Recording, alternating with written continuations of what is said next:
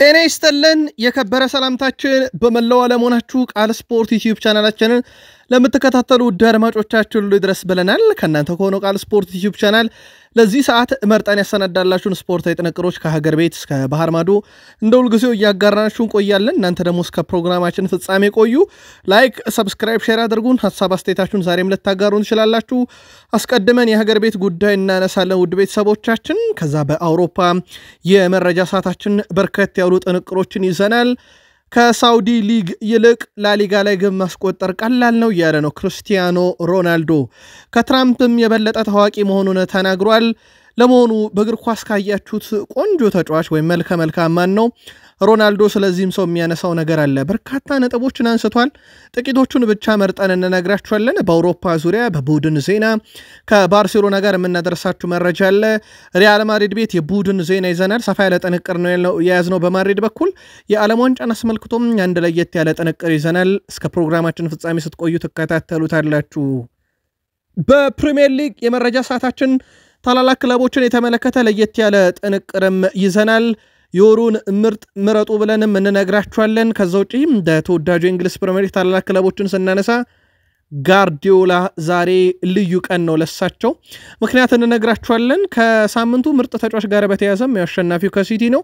ወደ ኋላ በርከት ያሉ ዓመታትን እንመለሳለን። ወደ 6 ዓመት እዛው ሲቲ ቤት ነው። ተጨማሪ መረጃዎችን ይዘናል። የቀድሞ ሰው ስለ ቼልሲ የሚሉት ነገር አለ። የቼልሲ ቤት የቡድን ዜና ተይዟል። ፍራንክ ሌቦፍ ከይቅርታ ጋር ብሎ አንድን የቼልሲ ተጫዋች ወርፎታል። ተጨማሪ መረጃ ይዘናል። በቼልሲ በኩል ሰፋ ያለ ቡድን ዜናም ታደምጣላችሁ። እንደሁል ጊዜ ቼልሲያንም እስከ ፕሮግራማችን ፍጻሜ ከኛ ጋር ቆዩ ብለናል። በሊቨርፑል የመረጃ ሰዓታችን ሁለቱን አጥቂዎች እናነሳለን፣ ኢሳክ እና ሁጎ ኤኬቴኬን። ከዛ በተጨማሪ በሊቨርፑል በኩል ከተከላካዩ ኢብራሂም ኮናቴ እስከ አማካዮቹ ኮዲ ጋክፖ፣ ፍሎሪያን ቬርስ፣ ዶሚኒክ ሴቦች ላይ ተጨማሪ መረጃዎችን ይዘናል። በመረጃ ሰዓታችን ሊቨርፑልያን እስከ ፕሮግራማችን ፍጻሜ ስትቆዩ የምትከታተሉት ነው። ከአርሰናል ጋር በተያያዘ ግልጽ እቅድ ያለው ቡድን ተብሏል። አርሰናል ባዩና ለምን እንደተባለ እንነግራችኋለን። አርሰናል በዚህ ውድድር ዓመት ብዙ አነጋጋሪ ቁጥሮች እንዳሉት ይታወቃል። ከዛ ውጪ የቡድኑን ተጫዋቾች የተመለከተ መረጃዎችን ይዘናል። የሀገራት ጥሪም ለተጫዋቾች እየደረሰ ነው። አርሰናልን ቤት ተጨማሪ መረጃ ይዘናል። በሳምንቱ መጨረሻ አርሰናል ወሳኝ ጨዋታ እንዳለበት ይታወቃል። ከዚህ ጋርም በተያያዘ ተጨማሪ መረጃዎችን ስለያዝን የአርሰናል ደጋፊዎችም እንደ ሁልጊዜው እስከ ፕሮግራማችን ፍጻሜ ከኛ ጋር ቆዩ ብለናል። በዩናይትድ የመረጃ ሰዓታችን ሩበን አሞሪም አሁን ከጥቂት ደቂቃ በፊት ጋዜጣዊ መግለጫ ሰጥተዋል። ስለ ቡድናቸው ሰፋ ያለ ነገር ካነሱ በኋላ የሳምንቱ ተጋጣሚያቸው ቶትናም ነውና ስለ ኤሮፓ ሊግ ክርስቲያኖ ሮናልዶን አያይዘው ያነሳሉ። ስለ ጉዳትም የሚሉት ነገር አለ። በርካታ ነጥቦችን አንስተዋል። በማንቸስተር ዩናይትድ በኩል አሰልጣኙ 3 ዓመትም ይፈጅባቸዋል እየተባለ ነው። በምን ጉዳይ ታደምጡታላችሁ።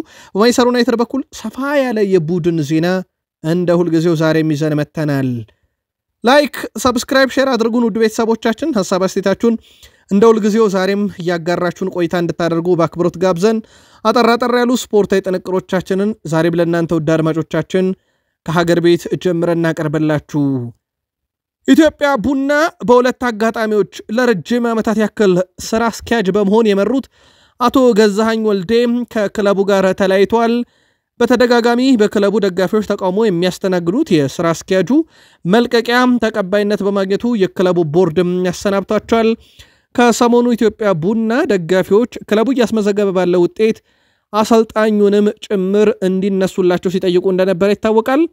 አሁን መጀመሪያ ዋና ስራ አስኪያጁ ተነስቷል። ከዛስ የሚለው ይቀጥላል። ኢትዮጵያ ቡና በወቅታዊ ብቃት ወይም በወቅታዊ አቋም ምክንያት ደጋፊዎቹ ደስተኛ እንዳልነበሩ ባለፈው ሳምንት የነበረው የአራተኛ ሳምንት የአዲስ አበባ ስቴዲየም ጨዋታ ምስክር ነበር። ወደ ባህር ማዶ መረጃችን እንሻገር። ከሳውዲ ሊግ ይልቅ ላሊጋ ላይ ጎል ማስቆጠር ይቀላል ብሏል። በክርስቲያኖ ሮናልዶና ፒርስ ሞርጋን መካከል የተደረገው ቃለ መጠይቅ በየምዕራፉ እየተለቀቀ ነው። እኛም በየመረጃ ሰዓታችን እያደረስናችሁ ነው። ሮናልዶ በቃለ መልሱ ላይ የተለያዩ ጉዳዮችን ሲያነሳ ለኔ የስፔን ላሊጋ ላይ ጎል ማስቆጠር ሳውዲ አረቢያ ላይ ጎል ከማስቆጠር በላይ ቀላል ነበር ብሏል። ለፖርቱጋል 3 ዋንጫዎችን አሸንፈያለሁ። ከዛ በፊት ፖርቱጋል ምንም የላትም ነበር። በጣም ደስተኛ ነኝ ብሏል። የሳውዲ አረቢያ ሊግ ከፖርቱጋልና ፈረንሳይ ሊግ የተሻለ ነው። ፈረንሳይ PSG ብቻውን ነው ያለው ብሏል። አሁን ላይ በትልቅ የእንግሊዝ ፕሪሚየር ሊግ ክለብ ብጫወት ተመሳሳይ የጎል መጠን አስቆጥር ነበር ብሏል። ዋይኒ ሩኒ ባገኘው አቅፌ ሰላም እለዋለሁ። እሱ ለማንቸስተር ዩናይትድ በርካታ ጥሩ ነገሮችን ማድረጓል ብሏል። ታዋቂ መሆን ፈልጌ አላውቅም፣ ስኬታማ መሆን ነበር የምፈልገው ያለው ክርስቲያኖ ሮናልዶ ሰዎች ሮናልዶ የዓለም ዋንጫን ካሸነፈ ታላቁ ተጫዋች ነበር ይላሉ። እኔ አልስማማም። ከፖርቱጋል ጋር 3 ዋንጫ አለኝ ብሏል። በቀጣይ ቃለ መጠይቄ ላይ አንተ ፒርስ ሞርጋንን ይለዋል ጋዜጠኛውን እኔን ክርስቲያኖ ሮናልዶንና የአሜሪካውን ፕሬዝዳንት ዶናልድ ጄ ትራምፕን አንድ ላይ በነጩ ቤተ መንግስት እንዲሆን እሻለው ብሏል። ከሳቸው ጋር በተያዘ የሚያነሳው ነጥብ አለ፣ እንመለስበታለን። እነኚህን ነጥቦች ግን እንዴት አገኛችሁ? አንደኛው የፖርቱጋል የፈረንሳይ ሊግን እንዲሁም ላሊጋን ከሳውዲ ፕሮ ሊግ ጋር ያነጻጸረበትን መንገድ እንዲሁም ደግሞ በታዋቂነት ደረጃ የዓለም ዋንጫን ቢያነሳ ኖሮ ተብሎ ለሰጠው ምላሽ የግል መልከታችሁን የክርስቲያኖ ሮናልዶ ዶ ሳንቶስ አቬሮ አድናቂዎች ልታጋሩን ትችላላችሁ። ሌላኛው ያነሳውን ነጥብ እንመለስበት፣ የዶናልድ ጄ ትራምፕን ጉዳይ። ከትራምፕ የበለጠ ታዋቂ ሰው ነኝ ብሏል ክርስቲያኖ ሮናልዶ።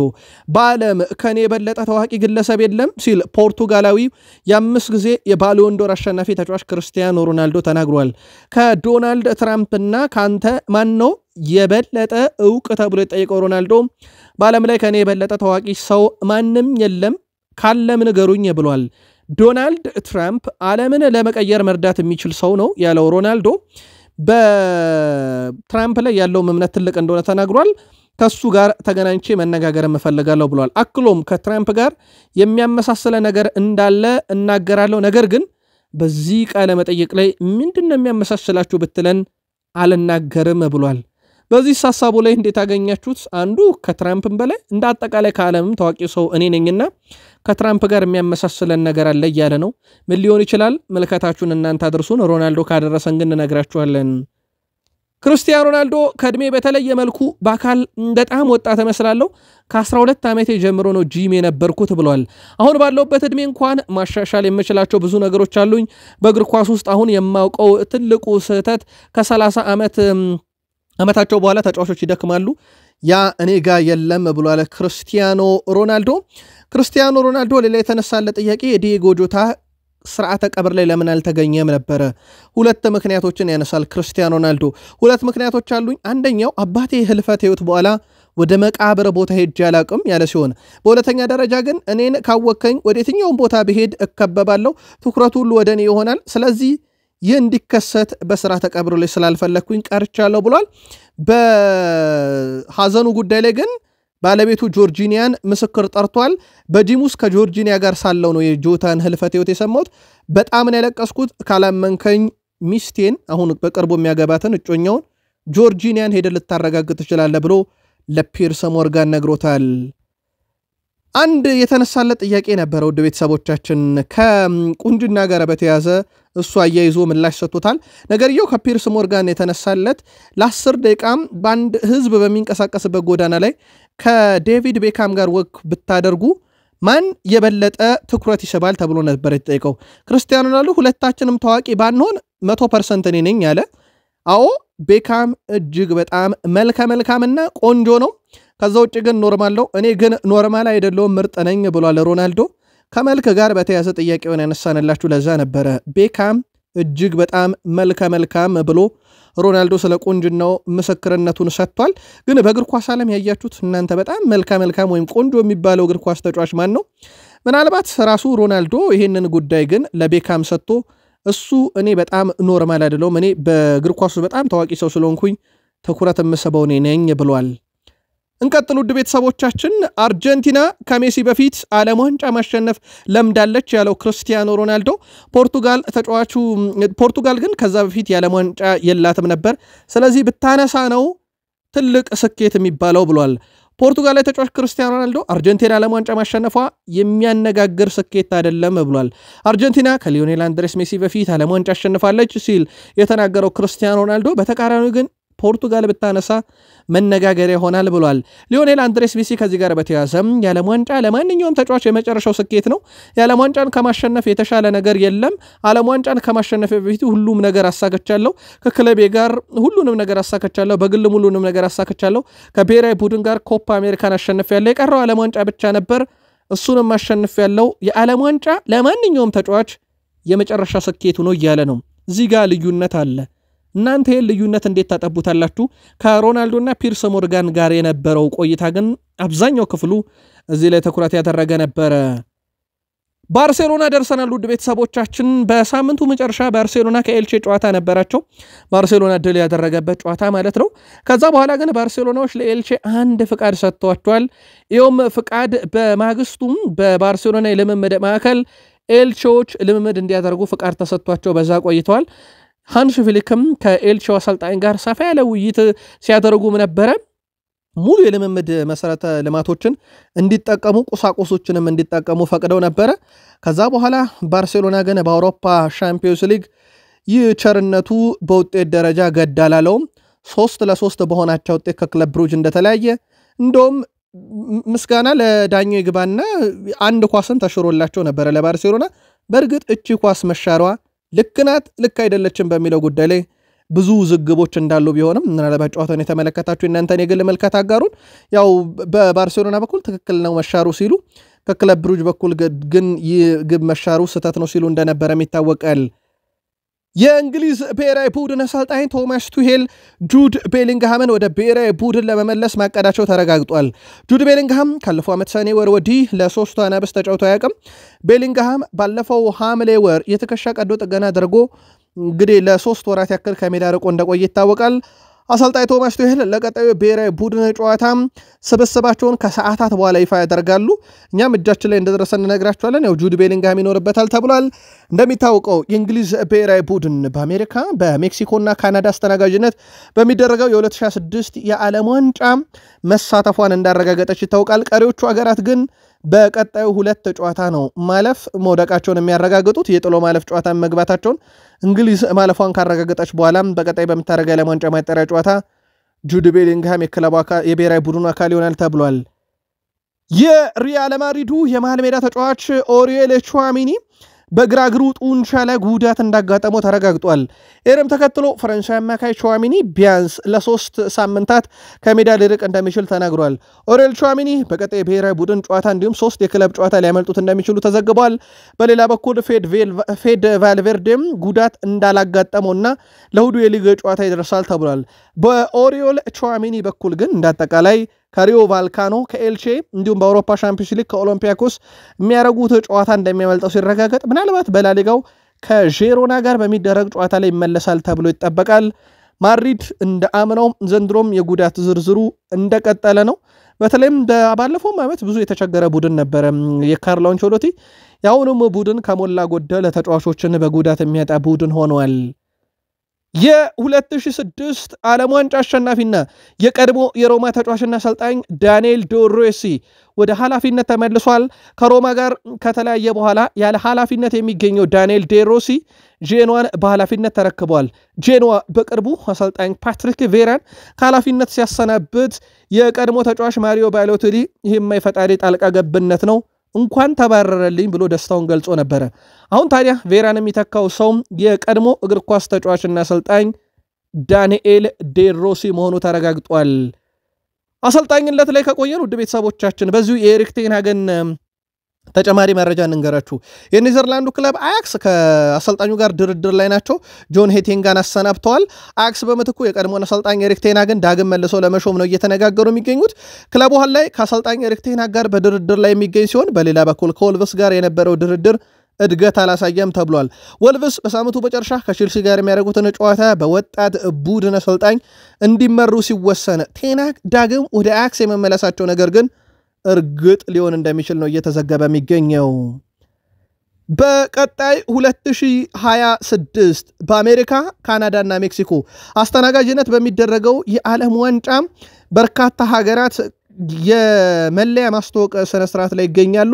በዚህ መሰረት ጀርመን ፈረንሳይ ጣሊያን ስፔን አርጀንቲና ሜክሲኮ ኮሎምቢያን ጨምሮ ጃፓን መለያቸውን እያስተዋወቁ ይገኛሉ የዓለም ዋንጫ እንግዲህ ካሁኑ ትኩረቶችን እየሳበ ነው በአሜሪካ በሜክሲኮ በካናዳ ሲደረግ ደግሞ አሜሪካ ላይ የሚደረገው ውድድር ደግሞ ካሁኑ የበርካቶችን ቀልብ የሳበ ነው ሜሲ ከሰሞኑ አሜሪካ ትልቅ ዝግጅት ደግሳለች ማለቱ ይታወቃል ቃል ስፖርት ዩቲዩብ ቻናላችን ላይ ትገኛላችሁ ከሀገር ቤት እስከ ባህር ማዶ የተመራረጡ የወቅቱን ስፖርታዊ ጥንቅሮች እያደመጣችሁ ላይክ ሰብስክራይብ ሼር ማድረግ እንዳይረሳ ሐሳብ አስተያየታችሁን እያጋራችሁን ከፕሪሚየር ሊግ የመረጃ ሰዓታችን ጋር መልካም ቆይታ ተመኘን የእንግሊዝ ፕሮፌሽናል እግር ኳስ ተጫዋች ማህበር PFA የፕሪሚየር ሊጉ የወርሃ ጥቅምት የደጋፊዎች የወሩ ምርጥ ተጫዋች እጩዎችን ይፋ አድርገዋል በዚህ መሰረት የማንቸስተር ሲቲው አጥቂ ኤርሊንግ ብሮት ሃላንድ ጁኒየር ክሩፕ ከበርንማውዝ ሴን ላንመንስ ከማንቸስተር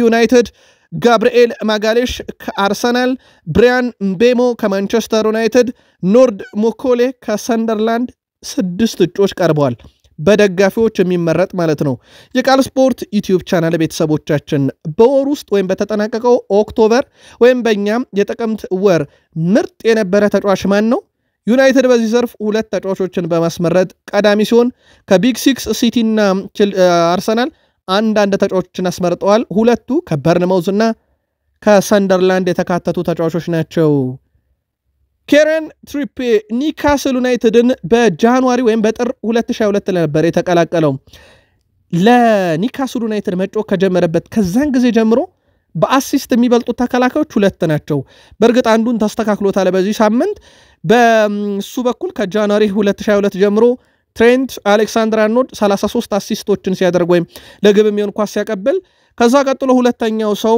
አንዲ ሮበርትሰን ነበረ በ25 አሁን ደርሶበታል ኬረን ትሪፔ 25 ደርሷል በቀጣይ የአሲስት መጠኑን ከኬረን ትሪፔ ከአንዲ ሮበርትሰን ከፍ ያደርጋል ተብሎ ይጠበቃል የኒካስል ቁልፉ ሰው እንደሆነ የሚታወቃል ሲቲ ቤት ደረስን ውድ ቤተሰቦቻችን ፔፕ ጋርዲዮላ ቡድናቸው በዚህ ሳምንት ድል ሲያደርግ ቦሩሲያ ዶርትመንድን በአሰልጣኝነት ህይወታቸው 999ኛውን ጨዋታን የመሩት አሁን ፔፕ ጋርዲዮላ 1000ኛ ጨዋታቸውን በአሰልጣኝነት መንበረ ስልጣናቸው እሁድ ሊቨርፑልን እየመሩ ያደርጋሉ ለሳቸው በአሰልጣኝነት ዘመን ይሄ ትልቁ ቁጥር ነው በዛ ላይ 1000 ቁጥር ብቻ አይደለም ለፔፕ ጋርዲዮላ ይሄን 1000 ቁጥር ብንመነዝረው የላሊጋ ዋንጫ የጀርመን ቡንደስሊጋ የፕሪሚየር ሊግ ዋንጫ ብቻ አይደለም የአውሮፓ ሻምፒዮንስ ሊግ ተከታታይ የሊግ ውድድሮችን ማሸነፍ በሶስቱም ማለትም በባርሴሎና በባየር ሙኒክ እና በሲቲ 3ዮሽ ዋንጫን ያሳኩ ተከታታይ 3 ሲደመር ዓመታትን ዋንጫ ያሳኩ አሰልጣኝ ናቸው እነኚህ 1000 ጨዋታዎች ቁጥር ብቻ አይደሉም ፔፕ ጋርዲዮላ ጋር በእግር ኳስ አብዮትም ጭምር ናቸው ውድ ቤተሰቦቻችን በዘመናዊ እግር ኳስ ውስጥ ከሚጠቀሱም በአሰልጣኝነት ዘርፍ ጋርዲዮላን ብዙዎች ያነሳሉ ምናልባትም በርካቶች ከነ ሰር አሌክሳንደር ቻክማን ፈርጉሰን ከነ አርሰን ቬንገር ከነ ጆዜ ሞሪኖ ከነ ራፋኤል ቤኒቴዝ ከብዙዎች ያነጻጽሯቸዋል የጋርዲዮላ ግን ከሁሉም በራሳቸው መንገድ የመጡ ለየት ያሉ አሰልጣኝ ናቸው የጋርዲዮላ 1000ኛ ጨዋታ ኢታድ ስቴዲየም እሁድ ከሊቨርፑል ጋር በሚደረግ ይሆናል 1000ኛ ጨዋታቸውን እንዴት ይወጡታል እሁድ ለዚህ ኢታድ ላይ ምላሹ እናገኘዋለን የአውሮፓ ሻምፒዮንስ ሊግ 4ኛ ዙር ጨዋታ የሳምንቱ ምርጥ ተጫዋች ይፋ ተደርጓል በዚህ መሰረት የማንቸስተር ሲቲው የፊት መስመር ተጫዋች ፊል ፎደን የሳምንቱ ምርጥ ተጫዋች በመባል መመረጥ ችሏል እንግሊዝ የፊት መስመር ተጫዋች ፊል ፎደን ማንቸስተር ሲቲ ዶርትመንድን ባሸነፈበት ጨዋታ 2 አስደናቂ ግቦችን ማስቆጠሩ የሚዘነጋ አይደለም በሳምንቱ ምርጥ ተጫዋች እጩ ውስጥም በቀጣይነት ደረጃውን ቪክተር ኦሲሜን ከጋላታሳራይ 2ኛ ፎርብስ ከክለብ ብሩጅ 3ኛ ደረጃን ሲይዝ ሚኬል ሜሪኖ ከአርሰናል 4ኛ ደረጃን በመያዝ አጠናቋል ምርጫው ተመርጦ ይፋ ተደርጓል በማለዳው መረጃችን እጩ ነበር የነገርናችሁ ተገቢነት ላይ መልካታችሁ ልታጋሩን ትችላላችሁ የዛሬ 6 ዓመት ነው ውድ ቤተሰቦቻችን ምሽቱ የአውሮፓ ሻምፒዮንስ ሊግ ጨዋታው በማንቸስተር ሲቲ እና በአታላንታ ቤርጋሞ ላይ የሚደረግ ጨዋታ ነበረ በወቅቱ ታዲያ ሲቲ ግብ ጠባቂያቸውን በጉዳት በቅጣት አጡት በዚህ መሰረት ቅያሬ ጨርሰው ነበር ያላቸው ብቸኛ ምርጫ ካይል ዎከርን ቀይሮ አስገብቶ ግብ ጠባቂ ማድረግ ነበር ታዲያ ካይል ዎከር ግብ ጠባቂ ሆኖም በተጫወተበት ጨዋታው 1-1 በሆናቸው ውጤት ተጠናቋል። ሁሉም የሲቲ ደጋፊዎች አታላንታ ኳስ ይዘው በሄዱ ቁጥር አይደለም ወደ ጎል በመቱ ቁጥር ይሳቀቁ ነበር። አላሳፈራቸውም ካይል ዎከር። ጨዋታው 1-1 በሆናቸው ውጤት ነበር የተጠናቀቀው። እቺን የአውሮፓ ሻምፒዮንስ ሊግ ምሽት ግን ምን ያህሎቻችሁ ታስታውሳላችሁ? በተለይም የሲቲ ደጋፊዎች በሐሳብ መስጫ ሳጥናችን ላይ መልእክታችሁን እንጠብቃለን። ፖቼቲኖ የቀድሞ ቶትንሃም በተለይ በቶትንሃም የነበራቸው አብዮት ቀላል አይደለም። ከዛ በፓሪስ ሰን ጀርሜን በቼልሲ እናቃቸዋለን። ስለ ቼልሲ ይናገራሉ። ለቼልሲ ምርጡን እመኛለሁ፣ ምርጥ ጊዜ ማሳለፍ ያለውኝ፣ በጣም ጥሩ ግንኙነትም ከቼልሲ ሰዎች ጋር አለኝ ከተጫዋቾቹም ጭምር ብለዋል። አሁን ላይ ቡድኑ በጥሩ ሁኔታ እየሄደ ይመስለኛል። ቻሌንጆች ወይም ፈተናዎች አሉ፣ ነገር ግን ትልቅ ክለብ ሁሉ የሚያጋጥመዋል። ቼልሲ አሁን ካለበት በወጥነት በቅርቡ ታዩታላችሁ ብለዋል። ምኞታቸውንም ገልጸዋል። ቼልሲን በዘንድሮ የውድድር ዓመት የተቀላቀለው ኤስታቪዮና የመሃል ሜዳ ስፍራ ተጫዋቾች ካይሴዶ እንደዚሁም ኤንዞ ፈርናንዴዝ 4 ግቦችን በማስቆጠር የቼልሲ ከፍተኛ ግብ አስቆጣሪ ሆነዋል። ዦ ፔድሮ፣ ታሪክ ጆርጅ 3-3 አላቸው። ፓልመር፣ ኔቶ፣ አሌሃንድሮ ጋርናቾና ቻሎቫ 2-2 አላቸው። አሲስት በማድረግ ወይም ለግብ የሚሆኑ ኳሶችን በማቀበል ጄምስ ባዮን ጊተንስ፣ ጆ ፔድሮ፣ አንድሬ ሳንቶስ 3-3፣ ኩኮሪያ፣ ሪስ ጄምስ፣ ኔቶ እና ጉስቶ 2-2 አላቸው። የቡድኑ ግብ አስቆጣሪ በርከት ያለ፣ አሲስት አድራጊም በርከት ያለ ነው። የአንድ ተጫዋች ጥገኛ አይደለም ቼልሲ፣ ምንም ጥያቄ የለውም። ግን አንድ ጥያቄ አሁንም አለ፣ የወጥነት ጥያቄ። ለዚህ ደግሞ በርካቶች ጣታቸውን ሁሉ የቀሰሩት ማሬስካ ላይ እንደሆነ ይታወቃል። ፍራንክ ሌቦፍ ግን ታላቅ ይቅርታ ከጠየቀ በኋላ ወጣቱን ጄሬል ሃትዋን በቼልሲና ካራባግ ጨዋታ ላይ ለቼልሲ ነጥብ መጣል ዋነኛውና ምክንያት የሆነው እሱ ነው። ሁለቱም ግቦች የመጡት ከሱ ስህተት ናቸው። ይህ ተጫዋች መሻሻል አለበት እያለ ይገኛል። እንደማስበው ከሆነ ጄሬል ሃትዋ የሊጉን የመላመድ ወይም ለቼልሲ የሚያክል ክለብ የመጫወት መለማመድ ብዙ ይቀረዋል። ተስፋ አደርጋለሁኝ እሱ ወደፊት ትልቅ ተጫዋች መሆን ይችላል። የቡድን አባላቱም ሊያግዙት ይገባል። ግን የሚሰራቸው ስህተቶች ዋጋ እያስከፈሉ ነው። ለሱ ትልቅ ነገር እመኝለታለሁ። ግን ቼልሲ ቤት ማስተካከያ ሊደረግበት ይገባል እያለ ነው። በእርግጥ በዛ ጨዋታ ላይ ያሰለፉበት ምክንያት የሮቴሽን ጉዳይ እንጂ በቦታው ላይ የሚሰለፈውም ተጫዋች እንዳልነበረ ይታወቃል። ከዚህ ጨዋታ ጋር በተያያዘ ግን የካራባግ ተጫዋች ሊያንድሮ አንድሪያዴ ግብ አስቆጣሪው ተናደናል፣ ከዚህ በላይ ፈልገን ነበር፣ ድሉ ይገባንም ነበር፣ ግን የገጠምነው ቼልሲ የዓለም ሻምፒዮን ናቸው፣ ምርጥ አሰልጣኝ አላቸው፣ ስለዚህ አቻው መጥፎ አይደለም ብሏል። አሌክሳንደር ኢሳክም በፊትነስ ጉዳይ አሁንም 90 ደቂቃ የመጫወቱ ጉዳይ ጥያቄ ውስጥ ወድቋል። በእርግጥ ለስዊድን ብሔራዊ ቡድን እንደሚጠራ ተነግሯል። ከዚህ ጋር በተያያዘ ግን እሁድ ከሲቲ ጋር በሚደረገው ጨዋታ ከተጠባባቂ ወንበር ሊጀምር የሚችልበት ሰፊ ድል እንዳለ እየተዘገበ ይገኛል። ሁጎ ኤኪቲኬ በ9 ቁጥር ቦታ ላይ ይገኛል ተብሎ ይታሰባል። ከሰሞኑ በርካታ ሌጀንዶች በተለይም ዋይኒ ማርክ ሩኒ ሳይቀር ኢሳክ መሰለፍ የለበትም፣ ለሊቨርፑል መጫወት ያለበት ሁጎ ኤኪቲኬ ነው ሲል እንደነበረ ይታወቃል። በእርግጥ ከፊትነስ ጋር በተያያዘ ነው ብዙ ጥያቄ የተነሳበት። ያምነው ኢሳክ ጥያቄ የሚያስነሳ አይደለም፣ ግን ደግሞ ለዝውውሩ ሲል አንድም ልምምድ ከኒካስል ጋር ያደረገ ጨዋታ ሳያደርግ 3 ወሩን ቁጭ ብሎ የነበረ ተጫዋች ነው። ሁጎ ኤኪቲኬን ግን ካነሳን ወደ ቤተሰቦቻችን ለፈረንሳይ ብሔራዊ ቡድን የዓለም ዋንጫ የማጣሪያ ጨዋታ ጥሪ ተደርጎለታል። የቡድን አጋሩም ኢብራሂማ ኮናቴን የፈረንሳይን ካምፕ ይቀላቀላሉ። በዚህ ውድድር ዘመን በሻምፒዮንስ ሊግ ከሊቨርፑል በላይ ብዙ ትላልቅ የግብ ዕድሎችን የፈጠረ ቡድን የለም። 22 ተፈጥሯል ሊቨርፑሎች።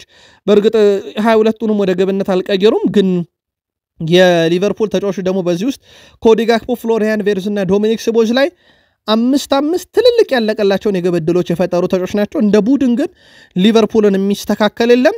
ሌላ ቁጥር እንንገራችሁ። በዚህ ሲዝን በፕሪሚየር ሊጉ ከሪያን ግራቨንበርክ የበለጠ ብዙ የ1 ለ1 ግንኙነቶችን ያቋረጠ አማካይ የለም።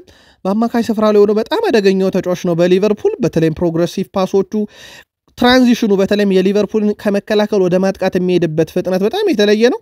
ሪያን ግራቨንበርክ 79.49% የ1 ለ1 ግንኙነቶችን ያቋረጠ ተጫዋች ነው።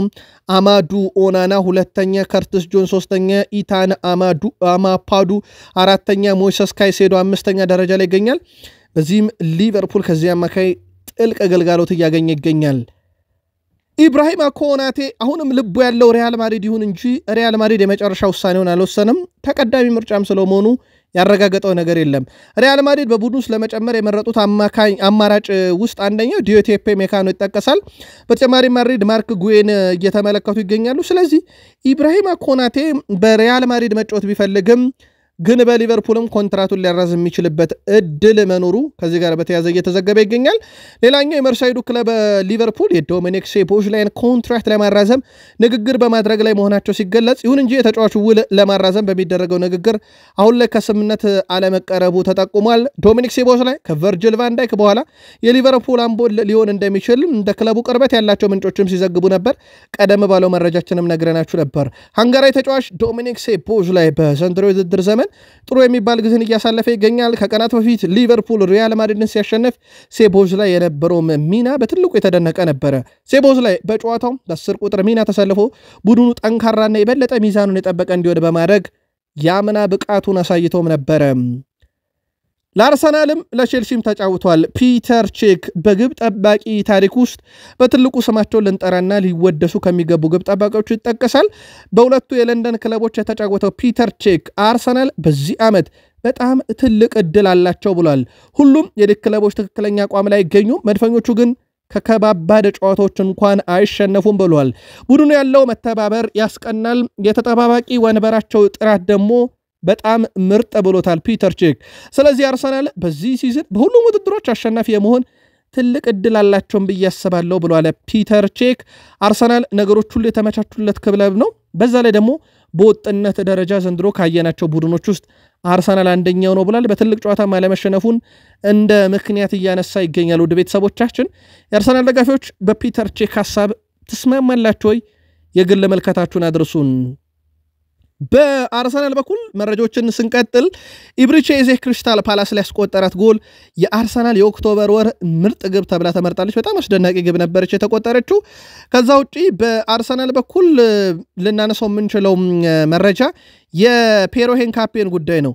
በአርሰናል ውስጥ የክረምት ዝውውር መስኮት ኤዜና ሄንካፔ ከመምጣታቸው በፊት አልቋለ ተብሎ ተደምድሞ እንደነበረ ነው መረጃዎች እየወጡ የሚገኙት። ነገር ግን አንድሪያ ቤርታ በክለቡ መልመላ ቅር ላይ ተጽዕኖ በማሳደርና ቦርዱም የፋይናንስ አቅማቸውን እንዲያሳድጉ በማድረግ የሁለቱ ዝውውር የተፈጸመው በአርሰናል ቤት ዝውውር ይብቃ ከተባለ በኋላ ነበር ተብሏል። ሁለቱ ለአርሰናል ምን ያህል እንደሆኑ ተመልክተናል። በተለይም ኤዜ በጣም አስደናቂ አገልግሎት እየሰጠ ነው። በክሪስታል ፓላስ የቀድሞ ክለቡ ላይ ያስቆጠራት ግብ ራሱ የአርሰናል የኦክቶበር ወር ምርጥ ግብ ተብላ ተመርጣለታለች። አርሰናል እስካሁን ባለው የውድድር ዓመት በ13 ጨዋታ ሽንፈት ያልገጠመው 10 ጨዋታ በተከታታይ ያሸነፈ 8 ክሊንሺት በተከታታይ ያለው ነው። የክለቡ ቁልፍ ተጫዋቾች ጋብርኤል ማጋሌሽ እና ሳሊባ ይጠቀሳሉ። በአውሮፓ 5 ታላላቅ 3 ምርጥ የተከላካይ መስመር ካላቸውም ክለቦች ውስጥ ለአብነት ያክል በአውሮፓ ሻምፒዮንስ ሊግ ሽንፈት ያልደረሰባቸውን ባየር ሙኒክ፣ ኢንተርን እንዲሁም በፕሪሚየር ሊጉ ጠንካራ የሚባለውን ሲቲ እንኳን ብናደረድር አርሰናል 3 ግብ ነው የተቆጠረበት። ሽንፈት የሚባል ነገር በዚህ ዓመት ያልገጠመው ባየር ሙኒክ እና የፕሪሚየር ሊጉ የአራት ተከታታይ ዓመት ሻምፒዮን ሲቲ 11 ግብ አስተናግዷል። ኢንተር ሚላን በሻምፒዮንስ ሊግ ሽንፈት የሚባል ነገር አልገጠመውም። 12 ጎል ተቆጥሮበታል። በዚህ ረገድ የአርሰናል የመከላከል ጥራት የት እንደደረሰ ማሳያ ነው። በአርሰናል በኩል በነገራችን ላይ በቀጣይ ሳምንት ለሚጀምረው የሀገራት ጨዋታ የዚሁ የጠንካራ የመከላከል ክፍል አባል የሆኑት ሳሊባ በፈረንሳይ ብሔራዊ ቡድን፣ ጋብርኤል ማጋሌሽ በብራዚል ብሔራዊ ቡድን ጥሪ እንዲሁ ደርሷቸዋል። ለአርሰናል በጥንቃቄና ባትኮሩት የሚያዩት ቀጣይ ኢንተርናሽናል ብሬክ ማለት ይቻላል። የማንቸስተር ዩናይትዱ አሰልጣኝ ሩበን አሞሪም ቡድናቸው አሁን ላይ የበለጠ በራስ መተማመን አለው ብለዋል። ዛሬ ጋዜጣዊ መግለጫ ሲሰጡ ነበር። በርካታ ነጥቦችን አንስተዋል። የትኛውንም ጨዋታ ማሸነፍ እንችላለን የሚል እምነት አለን ያሉት አሰልጣኝ ሩበን አሞሪም አሰልጣኙ ማድረግ የምንችለውን አሳይተናለን ብለዋል። አክለውም ቢሆንም ብዙ ማሻሻል ያሉብን ነገሮች አሉ፣ መዘንጋት የለብንም። ጨዋታ ላይ ሊፈጠር ለሚችል ማንኛውም ነገር በተሻለ መዘጋጀት አለብን ብለዋል። በቀጣይ ጨዋታችንን ለማሸነፍ ብዙ መስራትና ማሻሻል እንዳለብን ማውቃለሁ ያሉት ሩበን አሞሪም ስለ ዩሮፓ ሊግ ፍጻሜም የተነሳላቸው አሞሪም አሁን የተሻለ ቡድንን በራስ መተማመንም አለን ብለዋል። ቡድኑ አዲስ ተጫዋች መጠናከሩን ያስረዱት አሰልጣኙ ጨዋታ በተሻለ መምራት እንችላለን፣ ቅዳሜ የተለየ ጨዋታ እንጠብቃለን ብለዋል።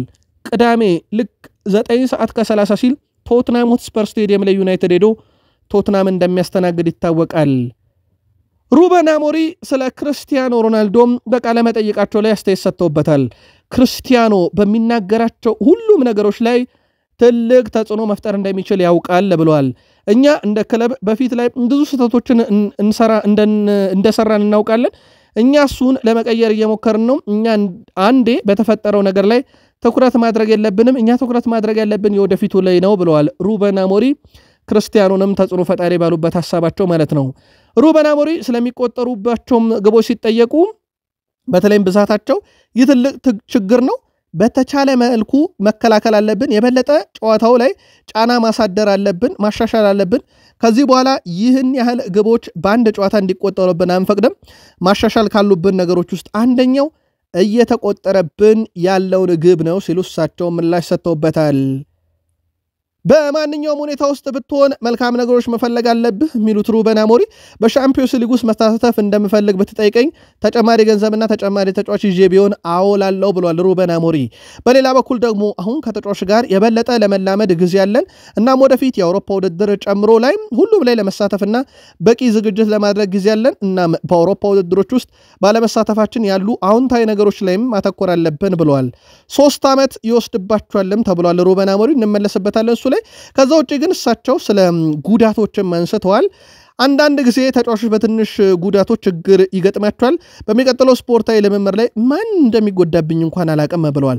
በስፖርታዊ ልምምድ ወቅት በከፍተኛ ጥንካሬ ውስጥ ሆነ ልምምድ ብትሰራ ማንኛውም ነገር ሊከሰት ይችላል የሚሉት ሩበን አሞሪም ነገር ግን ትልቁ ምክንያት በሳምንት አንድ ጨዋታ መጫወት ነው ብዬ አስባለሁ።